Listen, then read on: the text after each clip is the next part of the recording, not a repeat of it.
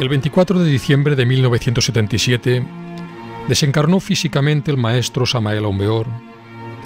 Tras su partida nos dejó más de 60 libros en los que quedaron condensadas las enseñanzas del mensaje de Acuario.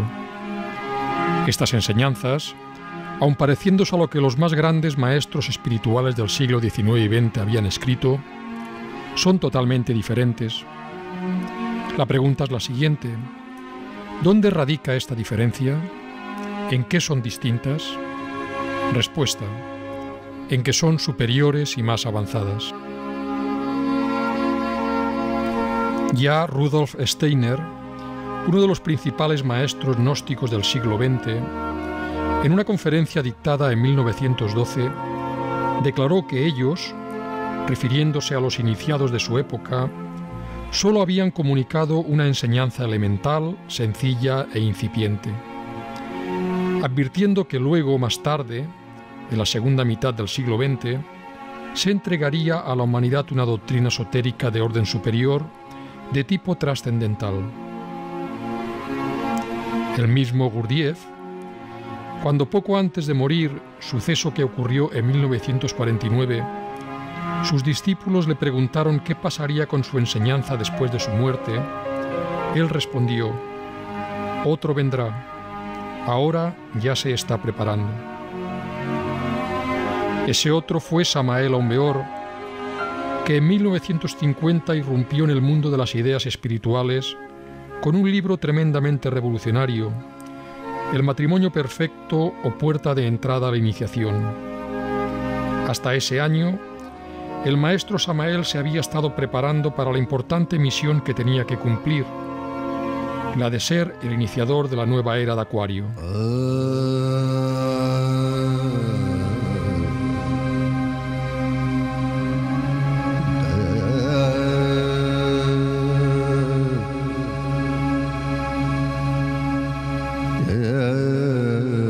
El maestro Samael comenzó su preparación siendo muy joven. De los 12 a los 15 años leía cuanta obra metafísica llegaba a sus manos. Autores como Luis C. Uribe, Camilo Flammarion, Allan Kardec, León Denis, César Lombroso. Con una mente impenetrable para cualquier otra cosa que no fuese el estudio esotérico, el joven Samael se encerraba largas horas dentro de su casa o en la biblioteca pública, con el anhelo evidente de buscar el camino secreto. Antes de cumplir los 16 años ingresó en la Sociedad Teosófica. Allí aprendió las primeras letras del auténtico conocimiento esotérico. Con asombro místico descubrió esa fuente inagotable de sabiduría que emana de la monumental Doctrina Secreta, extraordinaria obra compuesta de 6 gruesos volúmenes, que es una síntesis de la ciencia, religión, filosofía e historia de la humanidad. Su autora, Elena Petronila Blavatsky, fue una mujer de grandes facultades psíquicas que recibió del maestro Moria el plan para confeccionar la Doctrina Secreta. Cuando la Doctrina Secreta esté lista, será una triple producción de Moria, Upasika y mía.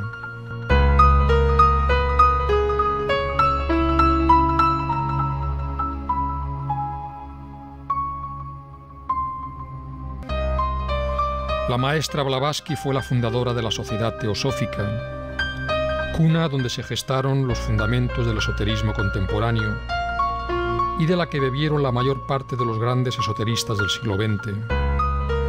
Charles Leadbeater, Frank Harman, Rudolf Steiner, Annie Besant, Don Mario Rosso de Luna, Max Hendel, Krum Heller, Krishnamurti y un largo etcétera.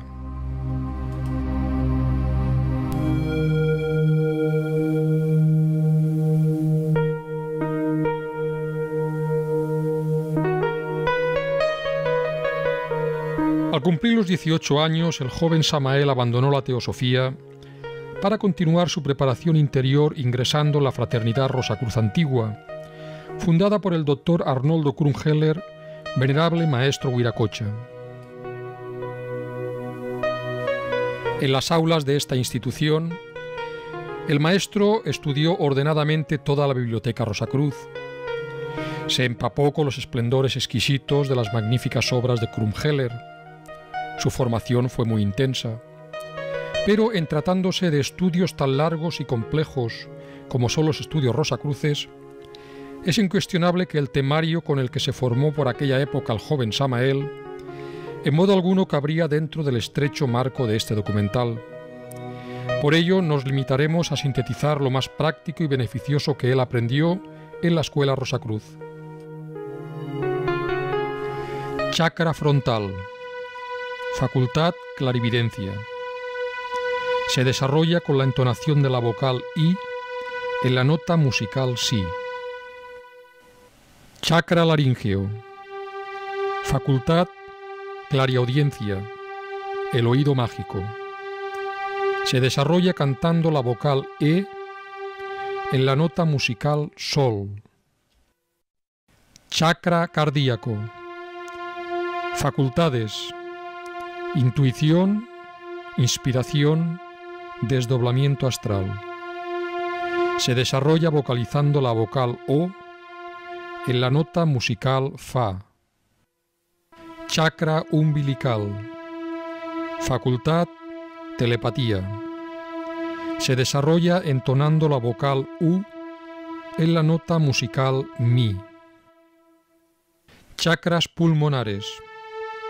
Facultad: recuerdo de existencias anteriores. Se desarrolla cantando la vocal A en la nota musical La. I, E, O, U, A. Es el orden de las vocales. Decía el doctor Krumheller que con estas vocales se formaban todos los mantras y que una hora diaria de vocalización era mejor que leer 1.000.000 de libros pseudo-esotéricos y pseudo-ocultistas.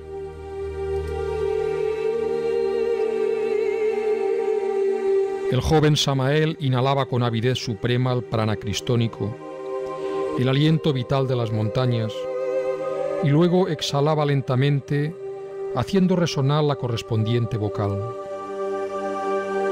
Resultados concretos. Todos sus chakras astrales o centros magnéticos intensificaron su actividad vibratoria rotando positivamente, de izquierda a derecha, como giran las manecillas de un reloj visto de frente.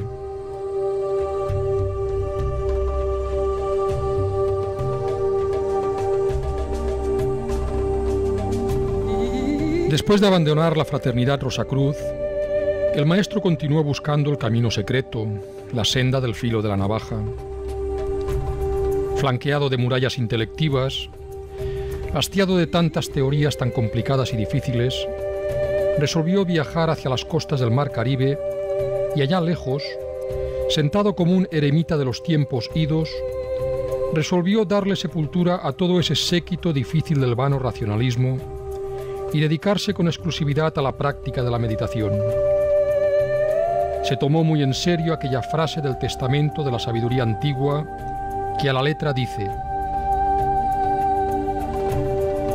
antes de que la falsa aurora amaneciera sobre la faz de la tierra, aquellos que sobrevivieron al huracán y a la tormenta alabaron al íntimo, y a ellos se les aparecieron los heraldos de la aurora.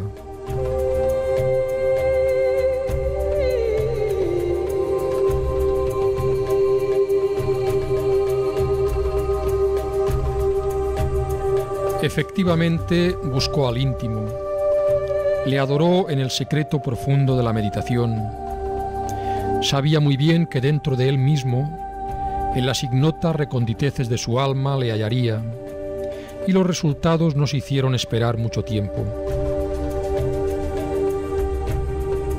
Donde quiera que él fuese, continuaba con sus prácticas de meditación. Acostado en su lecho o en el duro piso, se colocaba en la forma de la estrella flamígera, con el cuerpo completamente relajado, la cabeza orientada hacia el norte, y en esa sagrada asana se embriagaba con el vino de la meditación en la copa de la perfecta concentración.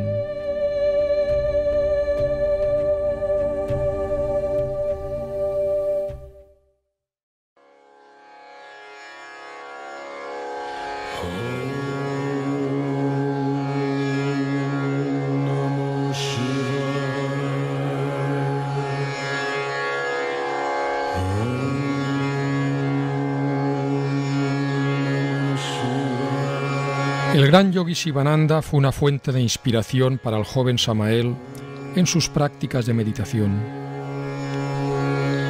Sivananda es un caso especial en la historia del movimiento gnóstico. El maestro Samael, junto al yogi Sivananda y al maestro Luxemil, fundaron a finales de la década de los años 50 la Acción Gnóstica Libertadora de Amerindia, sociedad que tenía como objetivo fundamental difundir las enseñanzas liberadoras y espirituales de la nueva era. Desafortunadamente, Sivananda y Luxemil fallecieron y el maestro Samael continuó solo en esta misión trascendental. Sivananda fue un sannyasín del pensamiento, un maestro de las leyes de la mente. Su famosa afirmación, "En lo que un hombre piensa, en eso se convierte", fue uno de los pilares del pensamiento positivo que imperó en su doctrina. Él decía que la naturaleza de la mente es tal que ésta se convierte en aquello en lo que piensa asiduamente. En consecuencia, en lo que piensas te convertirás. Esto es una ley. Decía el maestro Sivananda que la vida de todo hombre es la proyección de su mente. Su forma de pensar condiciona los opuestos de la vida, felicidad o infelicidad, dicha o desdicha, éxito o fracaso. Esto es así porque la mente tiene un poder de atracción, es como un imán. Este poder genera una rueda de consecuencias que se puede representar con el siguiente enunciado. Toda acción presente tiene un pasado que conduce a ella misma. Toda acción presente tiene un futuro que procederá de ella misma. El metal del que está hecho esta rueda está constituido por la aleación de tres elementos que tienen su fundamento en la mente: deseo, pensamiento y acción. El deseo estimula el pensamiento. El pensamiento se manifiesta en la acción y la palabra. La acción son los actos o hechos de nuestra vida, los cuales constituyen la trama de nuestro destino. ¿Por qué es esto así? Porque la continua repetición de acciones cristaliza en los hábitos. Los hábitos crean el carácter en el hombre. Y el carácter de un hombre origina su propio destino, ya que lo que sembramos, recogemos. Esto significa que el hombre mismo y solo él es dueño de su destino, ya que existe una posibilidad extraordinaria. Por el poder del pensamiento podemos dominar los deseos y actuar de acuerdo a los principios y mandamientos de la ley divina. En consecuencia, las acciones rectas formarán en nosotros hábitos correctos, que modelarán un carácter personal afable y bueno, labrándonos de esta forma un destino dhármico. El yogi Sivananda veía el desarrollo de la vida interior del hombre como la construcción de una casa. Él decía que los pensamientos son los planos del arquitecto. Pero, ¿quién es el arquitecto? El arquitecto es la voluntad consciente al servicio del maestro íntimo.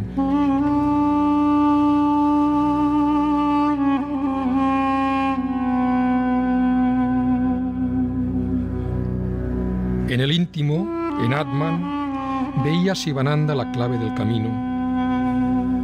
Para recorrer correctamente el camino de la autorrealización, hay que buscar al íntimo en nosotros.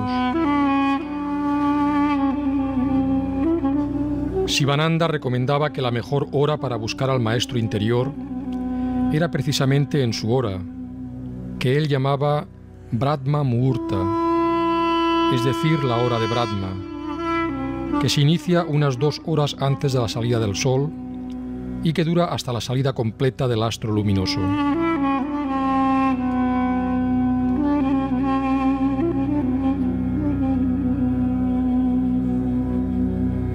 Decía Sivananda que había que comenzar la jornada diaria practicando ejercicios esotéricos de saludo al Creador, tal como el maestro Samael aconsejaba en cierta ocasión a una estudiante gnóstica. Le decía: todo gnóstico debe levantarse temprano, en la madrugada, para realizar sus prácticas esotéricas. Después de los saludos y oraciones al Creador, Sivananda aconsejaba sentarse y practicar pranayama para transmutar las energías cristónicas, el prana de vida en nosotros. Acto seguido, recomendaba entregarnos a la meditación profunda en el bendito Atman, en el Maestro íntimo. La disciplina de la Jnana Yoga es el método más eficaz para lograrlo. Este método comienza con una autointerrogación. ¿Quién soy yo? Es decir, ¿cuál es mi auténtica identidad? Una vez despierta la profunda inquietud por saber quién soy yo, se debe entonces practicar lo que Sivananda llamaba la doctrina del neti neti. Esto no, esto no, esto no. Doctrina que debía aplicarse sobre cada uno de los cuerpos existenciales del ser. No soy el cuerpo físico, no soy el cuerpo astral, no soy el cuerpo mental, no soy el cuerpo de la voluntad, no soy el cuerpo de la conciencia, el buddhi. Esto no, esto no, esto no. Y una vez despojados de todos los vehículos existenciales de manifestación, autorresponder al enigma ¿quién soy yo? Con la suprema afirmación Sohan. Yo soy Él, yo soy Él, yo soy Él.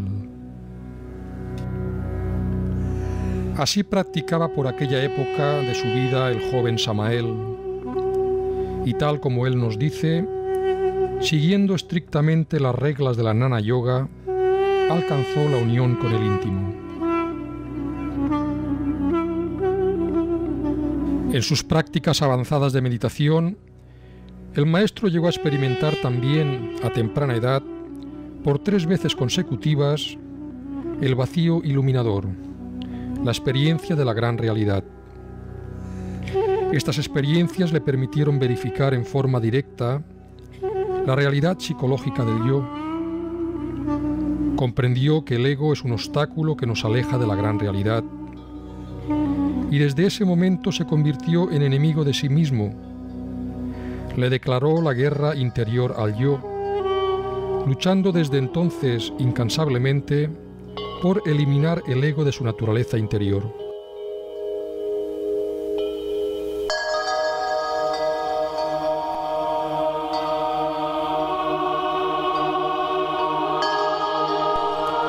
Los intentos del maestro Samael por eliminar el yo le llevaron a emprender el estudio y la práctica del método del gran filósofo hindú Krishnamurti.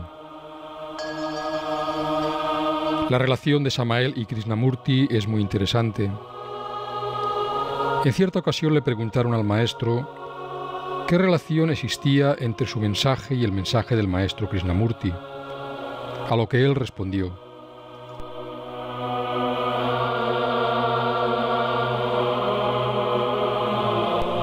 con el mayor gusto voy a dar respuesta a su pregunta. Realmente Krishnamurti es el precursor del avatara de la nueva era del Aquarius. Todo avatara tiene un precursor.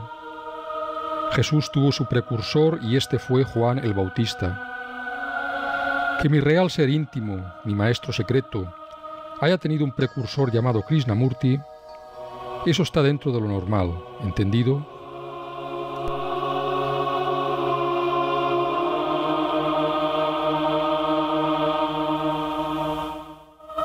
Krishnamurti fue un ser especial que, debido a ciertas influencias equivocadas en su juventud, no pudo completar la misión que lo trajo a la Tierra. Un gran misterio se esconde tras su persona.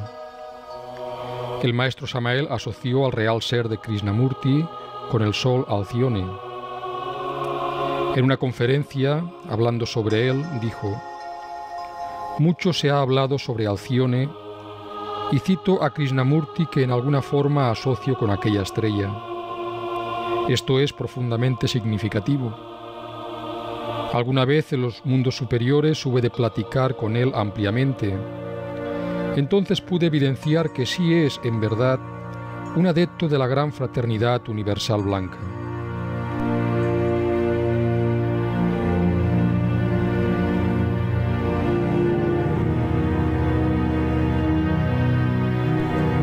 Observación pura, lucidez alerta, escucha vigilante, llamada de atención, son términos usados por Krishnamurti para designar las herramientas del despertar.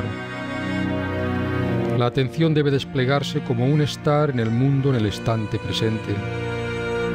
La presencia a lo que es, sin pantallas y sin máscaras. Krishnamurti nunca se cansó de indicar que la causa de todos los conflictos humanos tiene su origen en el yo. Él decía que estar por completo libres internamente del yo, sin ser absorbidos por algo, ya sea un paisaje, una idea o cualquier cosa, es la esencia de la libertad y de la belleza interior.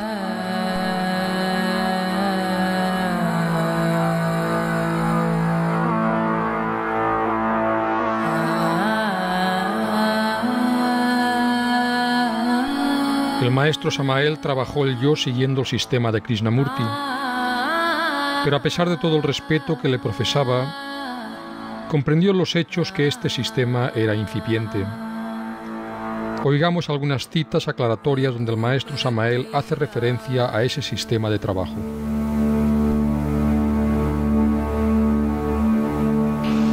Apelé al sistema aquel de Krishnamurti de comprensión integral y discernimiento.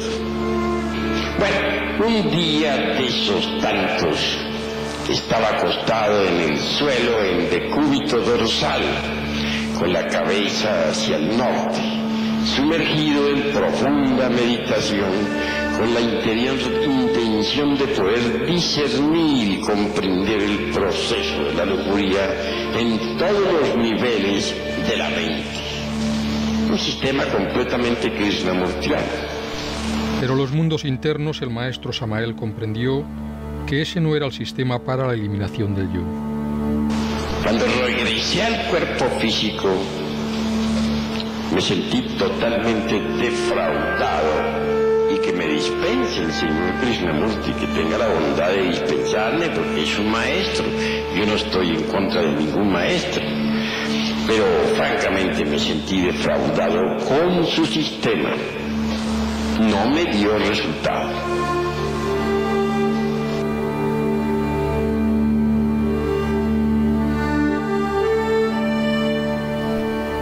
Mas a pesar de la deficiencia del sistema krishnamurtiano para lograr la total eliminación del yo, el maestro Samael siempre reconoció el valor espiritual de Krishnamurti. En cierta conferencia, hablando sobre la meditación, y al enfatizar la necesidad de vaciar la mente de toda clase de pensamientos, el maestro Samael dijo: frase esta que no le gusta al señor Krishnamurti, a mi gran amigo Krishnamurti, a quien aprecio, pero no le gusta. Y les advierto, no lo estoy criticando, lo aprecio muy sinceramente.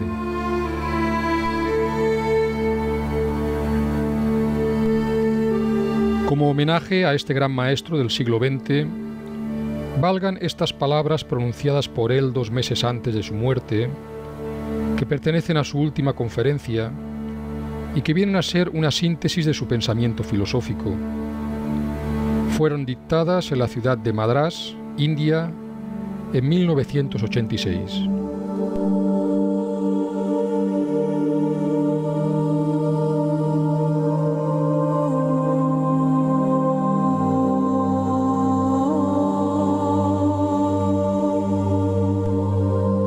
¿A dónde vamos? ¿A dónde vamos más allá de lo que los pobres libros nos pueden decir, por más sagrados que sean? ¿Es que hay algo más en la vida que no sea hacer dinero e impresionar a los demás? ¿Es posible vivir en este mundo tal cual es, sin volverse cínicos? Debemos saber que hay diferencia entre el cerebro y la mente. El cerebro no puede comunicarse con la mente, pero ésta sí con el cerebro. El cerebro es como una computadora que no solo es resultado de un programa, sino que puede crear programas nuevos. Les pregunto, ¿qué son ustedes, señores? Estamos todos encajonados en esa maquinaria cerebral que crea los programas de ser ruso, americano, católico, protestante, musulmán, judío, etc. Debemos distinguir entre invención y creación. La invención no es la creación. Una vez formado el cerebro, éste va conociendo, programando, inventando, conociendo más, memorizando, y en base a este movimiento mnemónico opera y predice. Originalmente la meditación era el silencio del cerebro con el que se establecía contacto con la creación. Actualmente solo existen técnicas de meditación que son solo programas creados por el cerebro. Estas técnicas son solo invenciones de la memoria y del conocimiento con el alegado objetivo de tratar de liberarnos del pensamiento. Son un tipo de meditación condicionada. Podríamos preguntarnos, ¿hay una percepción no condicionada, sin medida, sin comparación, sin recompensa y sin castigo? La respuesta es sí. Hay una meditación que no tiene nada que ver con el esfuerzo ni con la voluntad. Esta meditación no es autoengaño programado ni autohipnosis. Es el silencio absoluto, sin querer alcanzar nada. Si yo describiera esa meditación, mi descripción no sería esa meditación. Abarca un espacio infinito. Señores, ¿está vuestro cerebro alguna vez tranquilo y en silencio? Pero no tranquilo a base de drogas, de alcohol o de creencias. Ese silencio puede hacer contacto con la creación en este mismo instante, ya mismo, con la vida que está emergiendo ahora mismo con la creación. El deseo de ese silencio es otro invento de ese mecanismo que es el cerebro. Esto que les estoy diciendo es demasiado serio para que ustedes jueguen con esto. Les pregunto, ¿cuál es la creación de la que surge el pájaro? Ese pájaro que el cerebro no puede inventar. La creación es lo más sagrado de la vida y está en absoluto silencio. Si usted hizo un desastre de su propia vida, cámbiela hoy y no mañana, ya que si su vida no está bien, en orden, no es posible contactar con el mundo de la creación. Estas fueron las últimas palabras que Krishnamurti pronunció en público.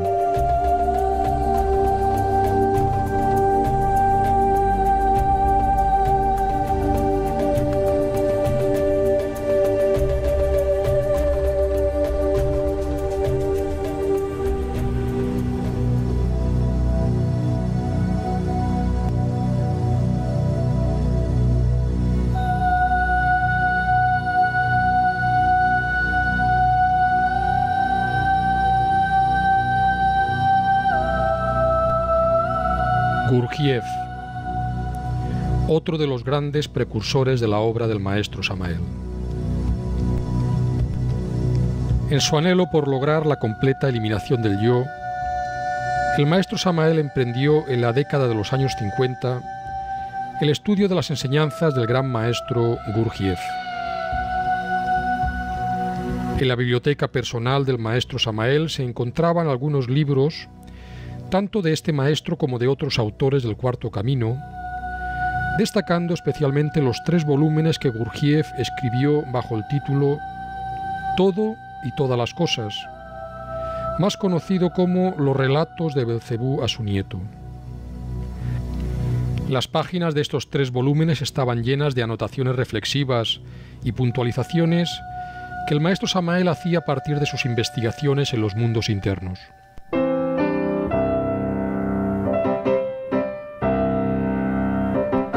Se puede decir que Gurdjieff aportó un nivel de objetividad al conocimiento esotérico del siglo XX como ningún otro maestro antes de él había logrado.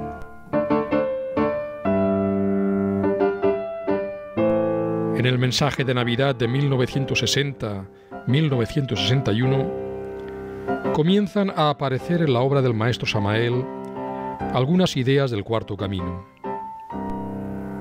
La idea del rayo de la creación, con sus diferentes mundos o cosmos, el estudio de las leyes fundamentales de la creación, la ley del 3 y la ley del 7, la formación del hidrógeno sexual Si-12, la idea de la transformación de las impresiones, el mito gurdjieffano del órgano kundartiguador, el estudio de los centros psíquicos de la máquina humana, etc., son algunas ideas que se fueron incorporando a la obra del maestro Samael, pero ampliadas y objetivizadas, ya que tal como fueron expuestas en su momento, como nos dice el maestro, adolecían de cierta incipiencia.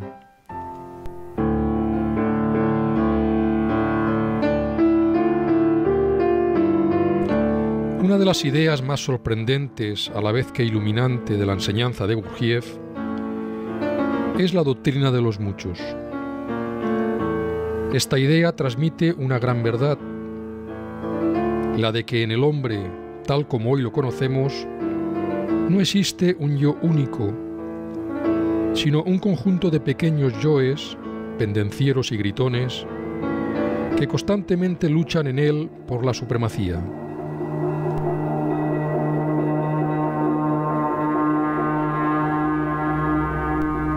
Esta idea la extrajo Gurdjieff de las escuelas esotéricas del Tíbet.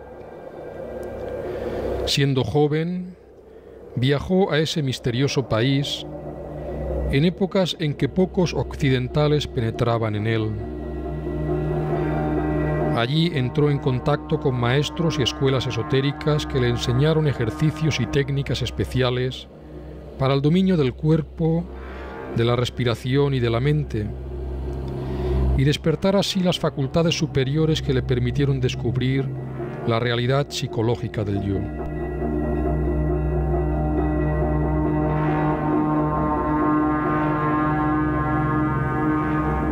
Conoció también tradiciones ancestrales que en forma dramática ilustraban sobre la condición psicológica del hombre y sobre el trabajo místico de la aniquilación del yo.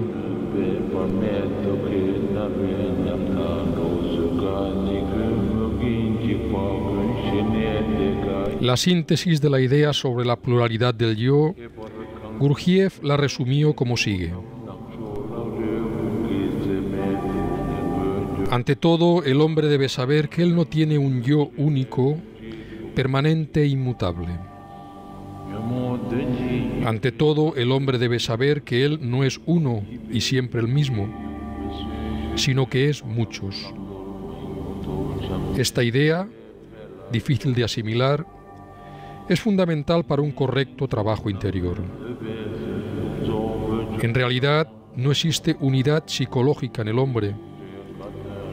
No hay un centro único de comando, ni un yo o ego permanente.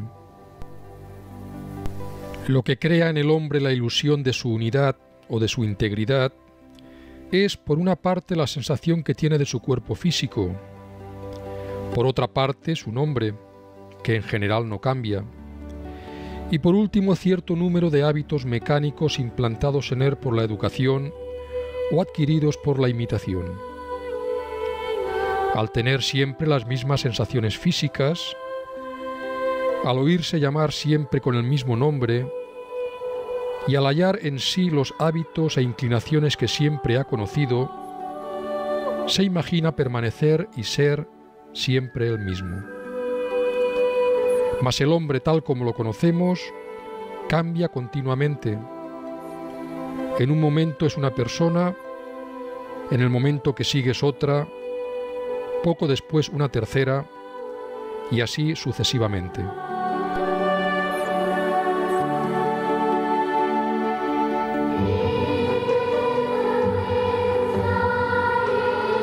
Pero posiblemente la idea más revolucionaria y novedosa que Gurdjieff trajo a Occidente fue la idea del recuerdo de sí mismo.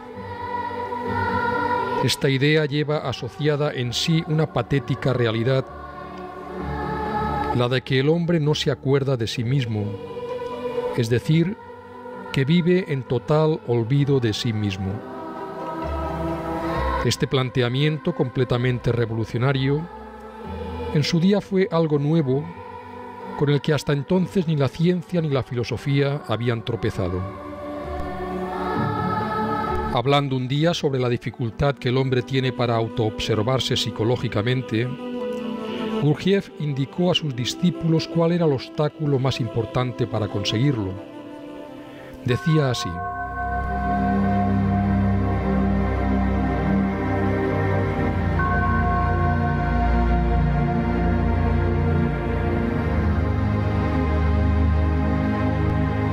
ninguno de ustedes ha reparado la cuestión más importante que les he señalado. Es decir, ninguno de ustedes ha reparado en que no se acuerdan de ustedes mismos. No se sienten a ustedes mismos. No son conscientes de ustedes mismos. En ustedes se observa lo mismo que se habla, se piensa, se ríe. Ustedes no sienten yo observo, yo hablo, yo veo. Todo se nota por sí solo, se ve por sí solo. Para observarse uno realmente, antes de nada ha de recordarse a sí mismo. Traten de recordarse ustedes mismos cuando se observen y después díganme los resultados. Solo tendrán algún valor aquellos resultados que vayan acompañados del recuerdo de ustedes mismos. De otro modo, no existirán en sus observaciones, en cuyo caso, ¿de qué servirán todas ellas?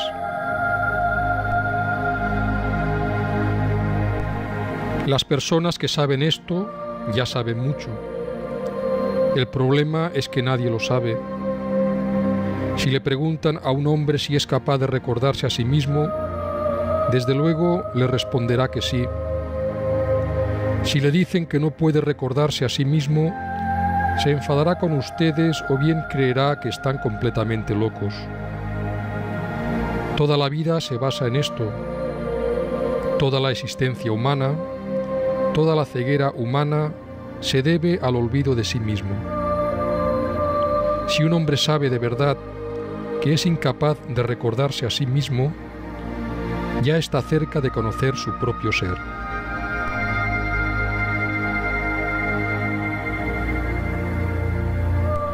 Las enseñanzas sobre el recuerdo de sí, Gurdjieff las encontró en ciertas hermandades secretas de la tradición sufí que existen en zonas remotas del Asia Central.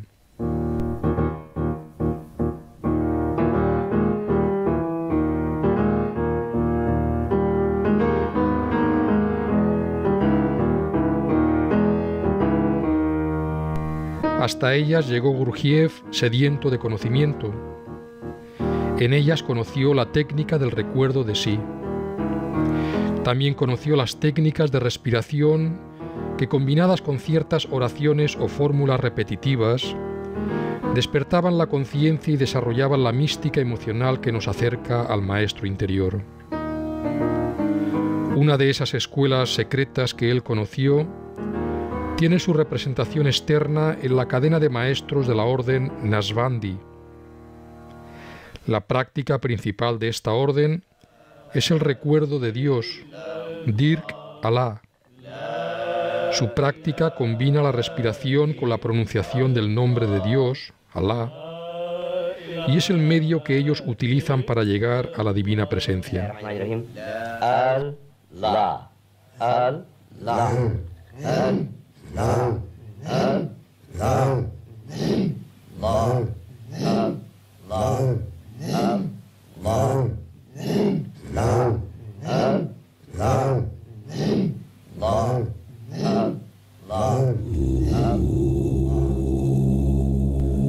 A continuación citamos algunas de las reglas de esta orden por su interés con respecto a la práctica del recuerdo de sí mismos. Sé consciente a cada instante. No dejes que nada te robe tu atención ni por la duración de un solo suspiro. Tente presente a ti mismo siempre y en todas las situaciones, por difíciles que éstas sean.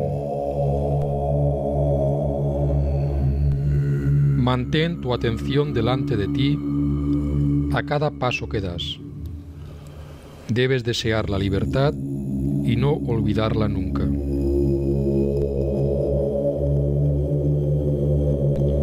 Resiste los pensamientos extraños.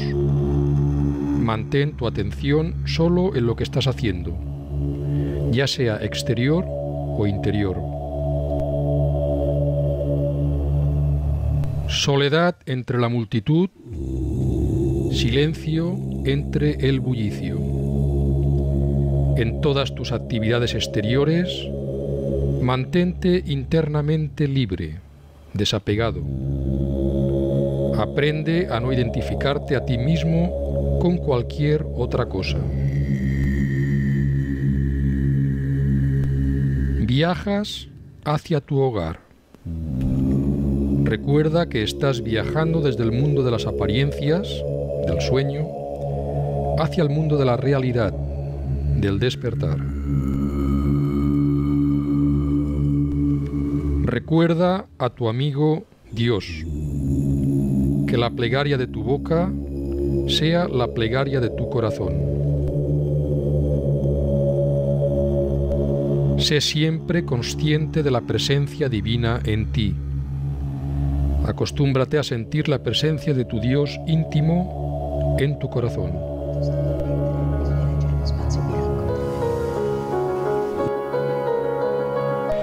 Otra de las aportaciones originales de la enseñanza de Gurdjieff fue la recuperación de las misteriosas danzas sagradas que, como un tesoro, fueron preservadas por ciertas órdenes secretas del Asia Central. Él recordaba vivamente esas danzas y sus músicas, y personalmente compuso la música para lo que él llamaba movimientos. Estos consistían en complejos ejercicios combinados con músicas o sonidos mántricos que debían realizarse en recuerdo de sí mismo. Estas danzas no solo eran beneficiosas para los que las practicaban, sino que también creaban un efecto directo en el centro emocional de los que las contemplaban. Eran ejercicios diseñados para el despertar de la conciencia.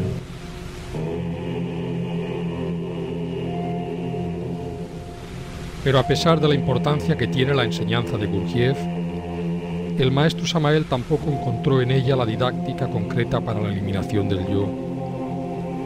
Gurdjieff, como Krishnamurti, apelaba a la comprensión creadora del yo como arma para poder eliminarlo. Mas en la práctica, este método no es válido. Escuchemos lo que al respecto nos dice el maestro Samael. Hemos llegado a un punto crítico, difícil, en esta plática que damos aquí.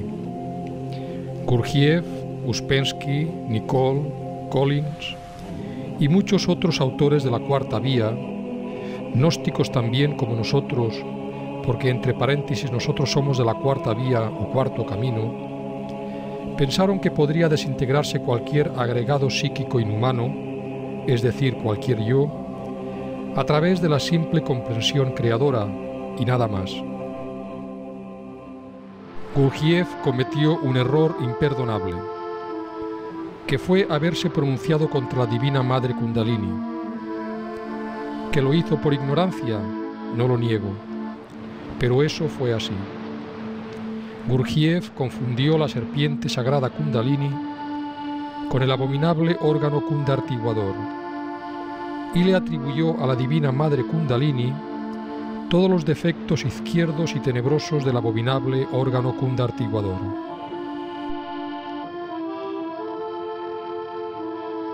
Debemos saber que para poder eliminar el yo, necesitamos de un poder que sea superior a la mente. Pero Gurdjieff le quitó ese conocimiento a sus discípulos, y yo no quiero quitárselo a mis estudiantes. Y lamento que el mismo Gurdjieff se haya desviado del sentido de la enseñanza que yo mismo le di, porque Gurdjieff es discípulo mío. Lamento, digo, que hubiera cometido ese grave error, pero se dejó influir por otras mentalidades y eso fue lamentable.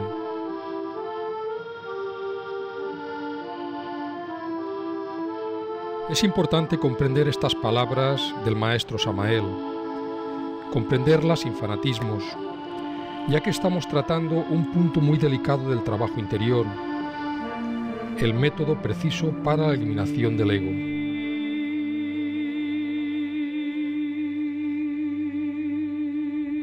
La muerte mística es la piedra fundamental de la gran obra del Padre. Si nos equivocamos en el método, la obra fracasa.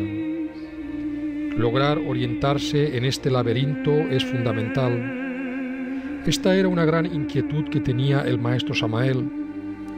Afortunadamente recibió ayuda, conoció la técnica precisa y logró la completa eliminación del yo en su naturaleza interior.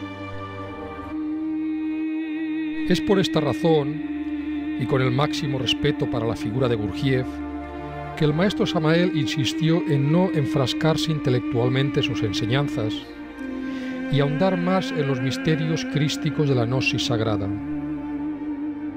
Oigamos unos consejos que el maestro Samael dio en este sentido.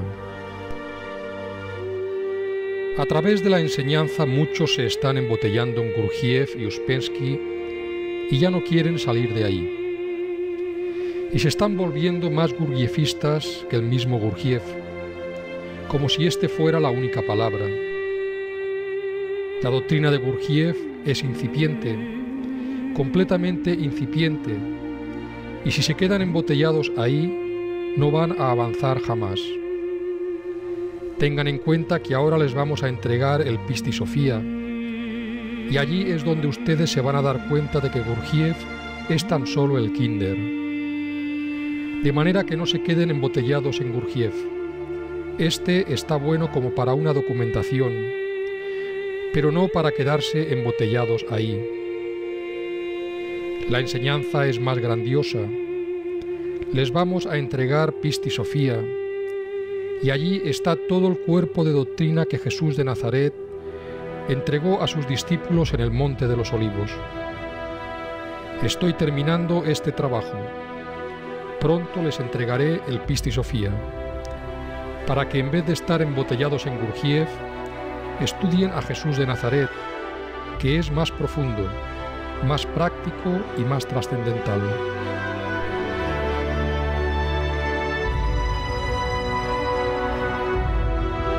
El maestro Samael trajo la enseñanza superior que se esperaba para finales del siglo XX. La enseñanza de los 3 factores de la revolución de la conciencia. Esta es la enseñanza del Cristo íntimo, el camino de la cristificación, siendo la piedra angular de la gran obra crística, la doctrina de la muerte del yo. Para terminar este documental, dejamos en palabras del maestro la síntesis de la didáctica concreta para la eliminación del yo. Escuchemos las palabras del maestro Samael Aún Weor. Bien, como quiera que me dio resultado formidable el trabajo con la Divina Madre Kundalini, dije, este es el sistema para desintegrar los yoes. Seguí trabajando entonces con la Divina Madre Kundalini sobre distintos yos, es decir, sobre distintos agregados psíquicos. Y pude verificar por mí mismo, mediante el sentido de la autoobservación psicológica, cómo ella trabajaba y cómo iba desintegrando tan extraordinariamente los distintos elementos inhumanos que en nuestro interior cargamos. Así que el camino para lograr la desintegración del ego se logra con la Divina Madre Kundalini Shakti. Todo lo que se necesita es dijéramos, observarnos a sí mismos de instante en instante. Las gentes aceptan fácilmente que tienen un cuerpo físico, porque pues lo pueden tocar, porque lo pueden ver físicamente. Mas son muchos los que no quieren entender que tienen una psicología particular, individual. Cuando uno acepta que tiene una psicología, de hecho comienza a autoobservarse. Cuando uno comienza a autoobservarse, incuestionablemente se convierte por tal motivo en una persona completamente diferente. Mediante la autoobservación psicológica, de instante en instante, de momento en momento, descubre uno sus propios defectos psicológicos. Estos afloran espontáneamente durante la interrelación. Y si estamos alertas y vigilantes como el vigía en época de guerra, entonces los vemos. Defecto descubierto debe ser comprendido íntegramente en todos los niveles de la mente. Uno comprende un defecto a través de la técnica de la meditación. Ahora, llegar a la honda significación de tal defecto no es cuestión de principiantes. Eso es para gentes que ya están trabajando con la parte oculta de la luna psicológica. Conténtense ustedes con comprenderlo.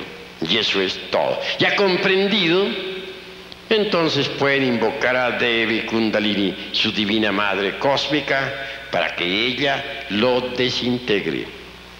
Varias sesiones de trabajo serán necesarias para la desintegración de tal o cual defecto psicológico.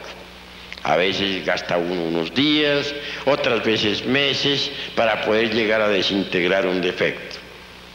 Ahora bien, si hace más fácil la desintegración cuando el trabajo se realiza en la novena esfera, porque el poder de Devi Kundalini es reforzado con la electricidad sexual trascendente. Así, un defecto que hubiera uno podido desintegrar en 6 meses o un año de trabajo, puede desintegrarlo en un mes o en 15 días o en una semana en la novena esfera. Allí hay que clamar a Devi Kundalini para que ella pulverice tal o cual error. Les estoy a ustedes hablando sobre la base de la experiencia psicológica. Yo sufrí mucho durante 30 años desintegrando, por ejemplo, los defectos psicológicos de la parte visible de la luna psicológica. Y mucho también sufrí trabajando con la parte oculta de la luna psicológica. Pero lo logré. En nombre de la verdad, no poseo ya los agregados psíquicos inhumanos.